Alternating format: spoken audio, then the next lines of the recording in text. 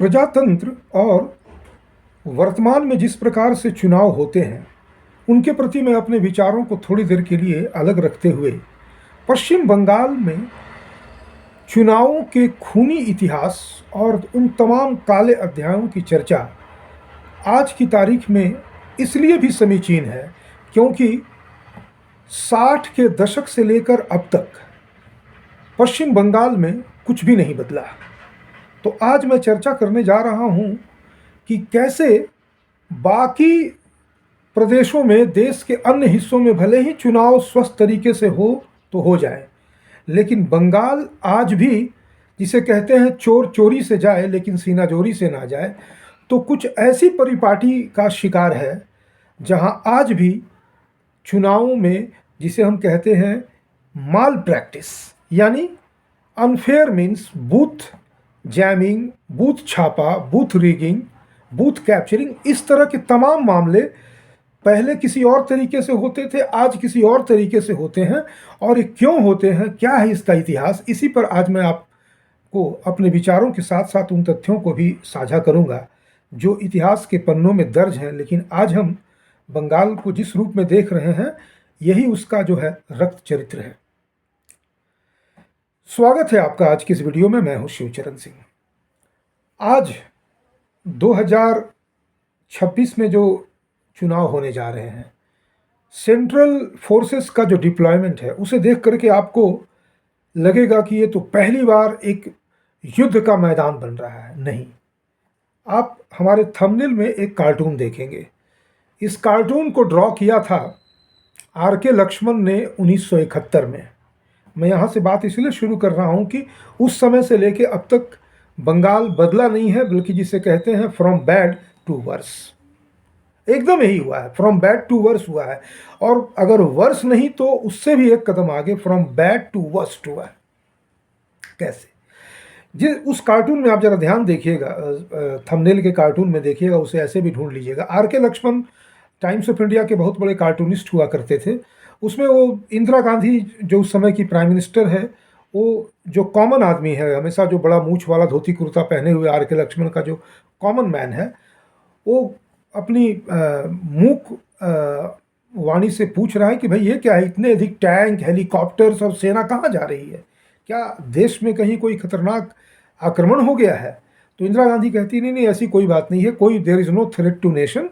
ये तो बस वेस्ट बंगाल में चुनाव हो रहे हैं, बस वो चुनाव करवाने जा रहे हैं।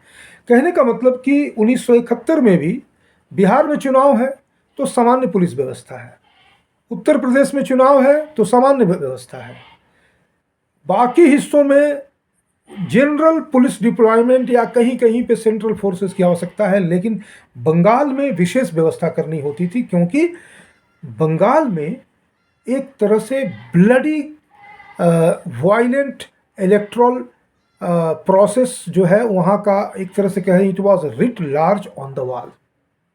यही कारण था कि वो कार्टून अपने आप में बता देता है कि कैसे बंगाल में सब कुछ होता रहा। और समय के बदलने के साथ केवल तरीका बदला, ना तो वायलेंस बदला और ना ही वायलेंस का रिजल्ट बदला। वायलेंस का तरीका बदल गया, रिजल्ट वही रहा, रिजल्ट और एस्केलेट किया और अधिक बढ़ गया। अब मैं आपको 2004 तक, अब चलिए थोड़ा सा हिस्ट्री में चलते हैं, मैं तब आएंगे वर्तमान तक। 51-52 में जो चुनाव हुए थे बंगाल में, दोनों ही जनरल इलेक्शंस और असेंबली वाले, वो कंपेरेटिवली नॉर्मल थे, जो सामान्य हर जगह पूरे देश में जो हल्ला हंगामा था। चूँकि उस समय 1947 के बाद एक सामान्य सा एक वातावरण था, एक उत्साह था कि भाई ये अपनी गवर्नमेंट है जिसे हम चुनने जा रहे हैं, तो कहीं ना कहीं सब कुछ एकदम सामान्य तरीके से चल रहा था। लेकिन जैसे जैसे कांग्रेस वहाँ वीक होती चली गई और 50 के दशक से 60 के दशक में आते आते जैसे वहाँ पर नक्सल मूवमेंट, जिसे कहते हैं, फन उठाने लगा, चारू मजुमदार और क्या नाम है वो, सान्याल। तो चारू मजुमदार और कानू सान्याल, इन दोनों के राइज ने विशेष करके 1967 के समय तक वहाँ का जो पूरा वातावरण था वो एक तरह से कह दें कि रक्त रंजित कर दिया था। और उसका सबसे गंदा मैनिफेस्टेशन चुनावों में देखने को मिलता था। और यहीं से शुरू होती है बंगाल में मतलब वो रक्त रंजित चुनाव की परिपाटी जो चलते चलते, इसीलिए 1967 का जो में जो बीजारोपण हुआ कानू सान्याल और चारू मजुमदार वाले नक्सलवादी मूवमेंट से, और नक्सलाइट्स ने वो कई घटनाओं को लेंगे तो एक एक घटना में बहुत लंबे लंबे कितने कैंडिडेट्स मारे गए, 100-200 लोगों का मारा जाना कुछ इस तरह होता था मानो कि कोई बात ही नहीं हो। सीपीएम क्लेम करते थे कि हमारे 200 कार्डर को मार दिया, और ये सब लोग नक्सलवादी कर रहे थे। और नक्सलवादी कौन थे? ये वही लोग थे जो जो खुद भी लेफ्ट को सब्सक्राइब करते थे। सीपीआई सीपीएम भी लेफ्ट को सब्सक्राइब करती थी। ये अलग बात है कि एक रशिया के करीब था, एक चाइना के करीब था, लेकिन दोनों का सब्सक्रिप्शन किससे है? लेफ्ट आइडियोलॉजी मार्क्सिज्म लेनिनिज्म से है, माओइज्म से है। लेकिन ये आपस में ही लगे लड़ने, और हालांकि इसका असर कांग्रेस के लोगों पर भी पड़ता था, कांग्रेसियों को भी मारते थे, आम लोगों को भी मारते थे। यहाँ तक कि कुछ घटनाएं तो इतनी गंदी और खतरनाक घटी हैं वर्धमान, वेस्ट बंगाल के वर्धमान जिले में, कि चावल में खून सान करके खिलाया गया और फिर बाकी उन लोगों की हत्या भी कर दी गई। ऐसे ऐसे कांड होते रहे थे। इसी का परिणाम और इसी की, जिसको कह सकते हैं, विद्रूप झलक दिखती है आर के लक्ष्मण के उस कार्टून में।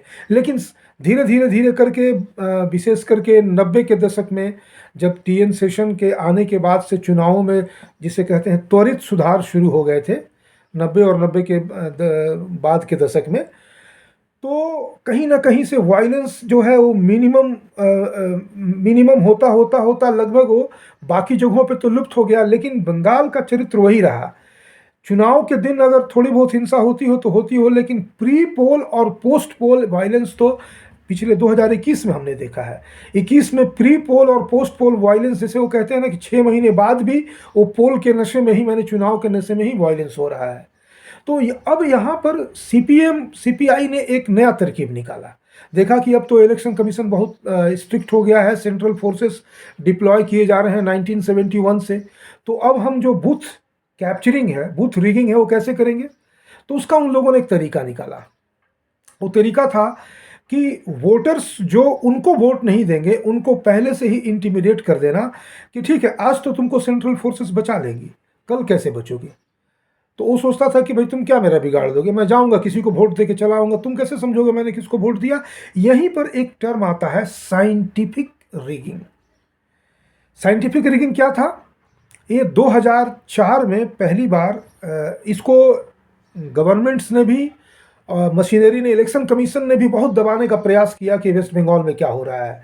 लेकिन इंडियन एक्सप्रेस ने, वो रिपोर्ट मेरे पास पड़ी हुई है, एकदम जिसे कह सकते हैं इन्वेस्टिगेटिव जर्नलिज्म के तहत वो एक एक पूरी प्रक्रिया को निकाल करके सामने लाए। क्योंकि वेस्ट बंगाल, हम कहते हैं ना कि एक बड़ा एक स्टेटमेंट आता है कि जो बंगाल आज सोचता है देश कल सोचता है। नहीं, जो बंगाल आज सोचता है, बंगाल वही सोचता रह जाता है, देश आगे निकल जाता है। क्योंकि पूरे पूरे देश में इलेक्ट्रल वायलेंस जो है लगभग 0 तक पहुंच चुकी है, लेकिन बंगाल आज भी वहीं खड़ा है। ये अपने आप में बड़ा ही खतरनाक, बड़ी ही दुर्भाग्यपूर्ण स्थिति है। तो ये लोग करते क्या थे, आपको जानकर बड़ा आश्चर्य हो, बड़ी दिलचस्प कहानी है। एक सीपीएम का कार्यकर्ता, यानी एक लेफ्ट का जो कार्डर है, वो सबसे पहले जाएगा वोट देने, और लेफ्ट वाले बटन पे, हर बूथ पे लेफ्ट वाले बटन पे एक बहुत ही स्ट्रॉन्ग परफ्यूम का, जैसे स्प्रे कहना, या उसको एक जाके 1-2 बूंद टपका देगा। उसके बाद से जो भी वोट देने जाएगा, अगर वो किसी और बटन को टच करेगा तो सेंट उसके हाथों में नहीं लगेगा। यानी अगर वो उस वहाँ से निकलता है तो ये लोग चेक करते थे कि तुम्हारी उंगली में वो सेंट की का सुगंध है कि नहीं है, क्योंकि जब आप प्रेस करेंगे तो सुगंध आपके आ जाएगा। नहीं आ रहा, इसका मतलब वे लोग उसको चिन्हित कर लेते थे, और उसके फिर घर लौटने के क्रम में उसकी ज़बरदस्त टुकाई होती थी, और कुछ कुछ केसेस में उनके वो लोग मर्डर तक कर देते थे। तो एक भय का वातावरण बना करके, आप किसी भी विचारधारा के समर्थक हों, लेकिन आपको वोट देना है सीपीएम सीपीआई को। यही बात टीएमसी ने अलग तरीके से लागू किया, क्योंकि अब जो है ईवीएम पर भी स्ट्रिक्ट विजिलेंस होने लगा कि आप क्या लेके जा रहे हैं, क्या नहीं लेके जा रहे हैं। ये सारी बातें जब इलेक्शन कमीशन को जानकारी में आ चुकी थी, तो उस पर भी जब रिस्ट्रिक्शन हुआ, तो इन लोगों ने एक नया टर्म निकाला। एक टर्म निकाला बूथ छापा का, यानी बूथ जैमिंग का। ये क्या था? जितने भी टीएमसी के कार्यकर्ता हैं वो पोलिंग स्टेशन पे जाएंगे और एन तेन प्राक्रेन वोट देने की प्रक्रिया को धीमी कर देंगे, धीरे धीरे जाएंगे तो क्या होगा, जो दूसरे लोग आएंगे देर से, अगर मान लेते हैं 300-400 अगर सीपीएम का स्वाभाविक है कार्यकर्ता है वो है, और बाकी लोग धूप में, जाड़ा में, बरसात में लंबी लाइन पे खड़े हैं, तो इतना जाम कर देना है, इतने धीरे धीरे सब कुछ करना है। अंदर जा रहे हैं तो हर प्रक्रिया को समझने का एक नाटक करते हुए, चाहे आप जितना भी कर लीजिए, वो जानबूझ करके वो धीरे करते थे और आगे भी धीरे धीरे बढ़ते थे। वो उनका एक टैक्टिस था, इसको कहते हैं बूथ छापा।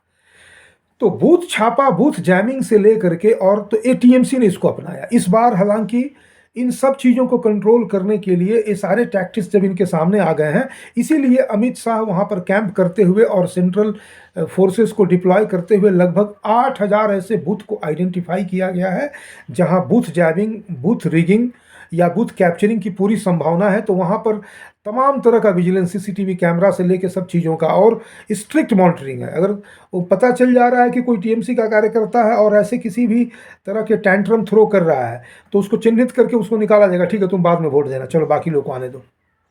इस तरह की व्यवस्था इस बार पहली बार की जा रही है। लेकिन जैसा मैंने कहा कि अलग अलग समय पर अलग अलग तरीके से जो क्या कहते हैं, सीपीएम ने जो परिपाटी शुरू की, सीपीएम नहीं कहेंगे, नक्सलवाड़ी, तो उन सबों का नतीजा ये निकला कि बंगाल जो है एक तरह से रक्त रंजित चुनावी प्रक्रिया का हिस्सा बन गया। अब आप सोच रहे होंगे कि ये बंगाल इतना प्रोग्रेसिव सो कॉल्ड तरीके से हुआ करता था और सबसे आगे शिक्षा में, तमाम चीज़ों में, फिर ये अचानक एक समय एक बात आती थी कि बहुत सारे रिवॉल्यूशंस हुए हैं जो बंगाल से निकले, बहुत सारे रिफॉर्म्स हुए जो बंगाल से निकले।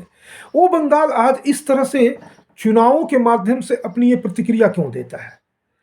देखिए, किसी भी राज्य का, किसी भी जगह का एक स्वभाव होता है, एक प्रकृति होती है। बंगाल अगर देखा जाए तो अंग्रेजों के आने के पहले, मुगलों के आने तक भी वहाँ एक तरह से कह लें कि वो सुप्त जगह था।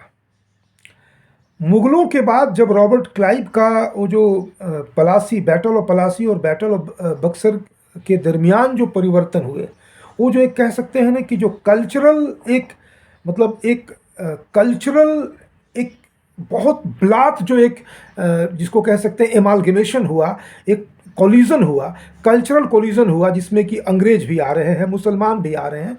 उसने क्या किया कि वहाँ का जो एक शांत या फिर एक अलग थलग पड़ा हुआ जो एक जिसको कह सकते हैं कि एक परंपरा, परिपाटी संस्कृति थी, उसमें एक भूचाल ला दिया। वो भूचाल कई रूपों में मैनिफेस्ट हुआ, क्योंकि उसको मैनिपुलेट करने वाले पहले अंग्रेज और पहले मुस्लिम नवाब थे। उन नवाबों से त्रस्त होने के बाद अंग्रेज़ों का समर्थन हुआ, तो फिर अंग्रेज़ों की लॉयल्टी भी बहुत काम आई। लॉयल्टी के साथ जब अंग्रेज़ों का भी एक अत्याचार हुआ तो एक तरह से रिपल्शन हुआ। फिर रिफॉर्म्स भी शुरू हुए। कुछ रिफॉर्म्स तो अंग्रेज़ों के स्पॉन्सर्ड थे, विशेष करके राजा राम मोहन राय, केशव चंद्र सेन इत्यादि वाला। यहाँ तक कि to certain extent Ishwar Chandra Vidyasagar वाला, जिसमें बेमतलब का कुछ शब्द लाया गया कि वहाँ पर सती प्रथा है तो फलाना है, ढिमकाना है, और बाल विवाह, विधवा विवाह, इन सब चीज़ों को, विधवा विवाह का नहीं होना, इन सब चीज़ों को ज़बरदस्ती करवाना। जो बंगाल एक तरह से कह लें कि एक कल्चरल ऑनस्लॉट और एक कॉलिजन के बाद एक अंगड़ाई लेकर के खड़ा हो रहा था, उसको अंग्रेज़ों ने अपने स्पॉन्सरशिप में कुछ लोगों को खड़ा करके और फिर से समाज में एक तरह का एजिटेशन क्रिएट कर दिया। इन सबों के बाद अंग्रेज़ों ने फिर बाद में मुसलमानों को एक प्लॉय के रूप में इस्तेमाल किया और हिंदुओं पे ज़बरदस्त हिंसा की। वो जो हिंसा थी उसका प्रतिकार हिंदू कलकत्ता में तो किया, बाकी जगहों पे नहीं किया, लेकिन वो कहीं ना कहीं एक रक्त चरित्र का हिस्सा बना रहा, जो बाद में मार्क्सिज्म के बैनर तले उभर करके आता है नक्सलवादी के समय, और वही आज तक मैनिफेस्ट हो रहा है।